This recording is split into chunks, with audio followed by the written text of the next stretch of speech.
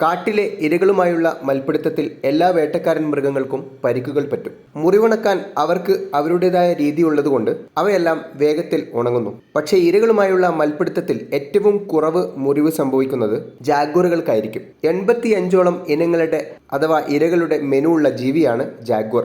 Amazon കാടുകളിലെ കാപ്പിബാര, മാൻ, പെക്കറി, കൈമാൻ, മത്സ്യങ്ങൾ, ചെറുജീവികൾ തുടങ്ങി 85ഓളം ജീവികളെ ജാഗ്വറുകൾ വേട്ടയാടി തിന്നു. ജാഗ്വറുകൾക്ക് പരിക്ക് കുറവാകാൻ കാരണം മറ്റെല്ലാ പൂച്ചവർഗ്ഗങ്ങളും കഴുത്തിന് കടിയേൽപ്പിച്ച് കൊല്ലുമ്പോൾ ജാഗ്വറുകൾ തലയ്ക്ക് മുറിവേൽപ്പിച്ചാണ് കൊല്ലുന്നത്.